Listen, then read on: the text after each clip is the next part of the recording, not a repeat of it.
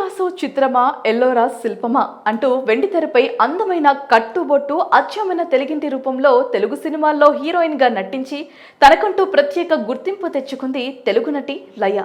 ముఖ్యంగా ఆమె హీరోయిన్ గా చేసిన అన్ని సినిమాల్లో ఎక్కడా కూడా డీ గ్లామర్ పాత్రలు చేయకుండా తన అభినయంతో చక్కని చిరునవ్వుతో ఆకట్టుకుంది. కాగా ఆమె మొదట భద్రం కొడుకో సినిమాతో హీరోయిన్ గా పరిచయమై రెండో సినిమా స్వయంవరంతో బ్లాక్ బస్టర్ హిట్ కొట్టింది. ఈ సినిమా వచ్చి ఈ ఏడాదితో 25 సంవత్సరాలు అయింది.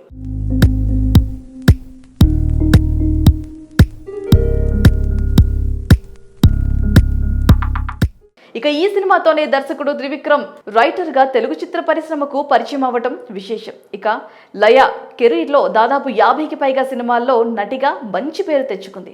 ఆమె కెరీర్ లో రామానాయుడు నిర్మించిన ప్రేమించు సినిమాలో కళ్ళు లేని అందురాలుగా లాయర్ పాత్రలో నటించి ప్రేక్షకుల చేత శభాష్ అనిపించుకుంది. ఈ సినిమాకు గాను ఉత్తమ నటిగా నంది అవార్డు సొంతం చేసుకుంది.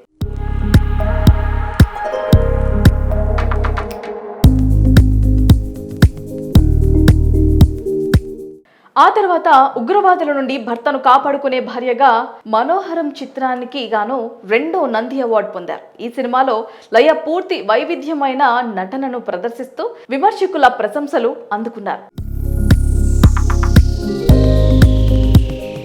ఈ క్రమంలోనే ఆమె నటిగా మంచి పాత్రలు చేస్తున్నప్పుడే కెరీర్ కు బ్రేక్ వేసి సడన్ గా కుటుంబ సభ్యులు చూసిన డాక్టర్ ని పెళ్లి చేసుకుని అమెరికాలో సెటిల్ అయింది. 2 సంతానం ఉన్నారు. తర్వాత మళ్ళీ మధ్యలో కొన్నాళ్ళు టీవీ గేమ్స్ షోలో యాంకర్ గా చేసిన సినిమాల్లో నటించలేదు. కొంతమంది దర్శకులు నటిగా చేయమని మంచి ఆఫర్స్ ఇచ్చినా ఆమె చెయ్యనని చెప్పేసింది.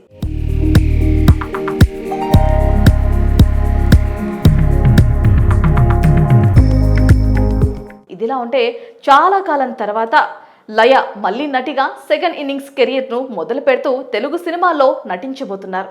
కాగా ప్రస్తుతం ఆమె నితిన్ హీరోగా చేయబోతున్న తమ్ముడు అనే సినిమాలో కథలో ముఖ్యమైన నితిన్ అక్క పాత్రలో నటిస్తున్నారు. ప్రముఖ దర్శకుడు వేణు శ్రీరామ్ తెరకెక్కిస్తున్న ఈ చిత్రం షూటింగ్ ఆల్మోస్ట్ పూర్తయ్యే దశలో ఉంది.